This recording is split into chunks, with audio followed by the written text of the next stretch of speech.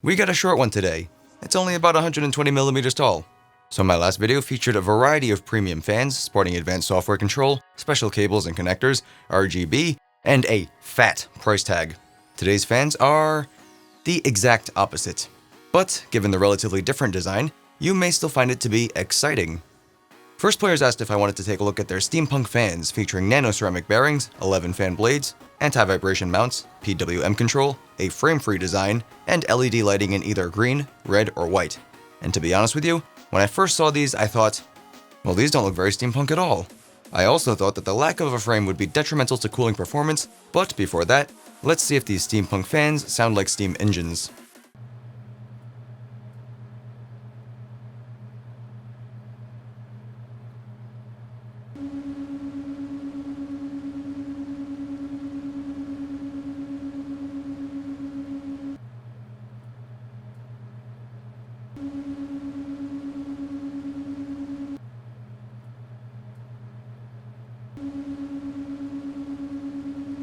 And now that that's all done and dusted, let's use these fans to really blow off some steam. Our test system will consist of the Xeon E5-2690 V3 processor at 1.3 volts cooled by the Be Quiet Dark Rock Pro 3 cooler with the Zotac GTX 980 Ti Amp Extreme graphics card.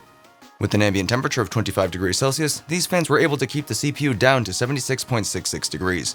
Recycling data from my last video, we can conclude that these fans do indeed suck. But, you know, in the satisfactory kind of way. You did good enough.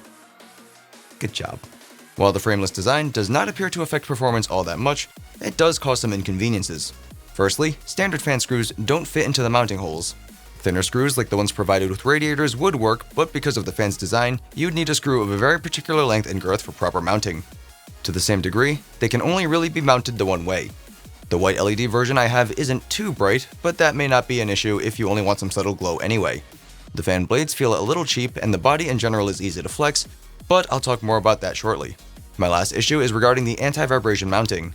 While trying to install these fans as a front intake, the rubber inserts would not hold the fan in place. It's always a little concerning when the rubber falls off. The mounting works out when you do it from behind, but the view from the front looks a little odd. But aside from all that, the fan's performance is acceptable, they look pretty unique, and they're dirt cheap, falling anywhere between $7 to $8 US. While I'm not fond of how easily the fan flexes, the price makes it pretty compelling if you're into this type of design. And so that's all I have to say about that. If you think these fans look rad, let me know. As always, links to buy will be in the description. Leave me questions if you've got them. Thanks for watching. My name is Steven, and I am ALittleDIMM.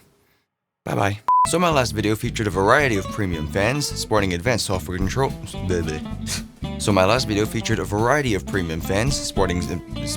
Oh, it got really hard to talk all of a sudden and I don't know why. 1stPlayers asked me if I wanted to take a look at their Steampunk... That's not a word. 1stPlayers asked me if I wanted to take a look at their Steampunk anti-vibration mounts, PWM control, and a frame-free I stressed frame for some reason. 11 fan blades, considering how rough this first part is going, I could use some anti-vibration myself. And now that that's all done and dusted... Oh no. God damn it. Given the relatively different design, let's see if these steampunk fans sound like steam engines. I have no idea what I'm doing with my hand, it's just kind of going. With the Zotac GTX 980 Ti Amp Extreme GPU. I used that wrong, it's supposed to be graphics card. I don't know why I said GPU. And particular girth for appropriate.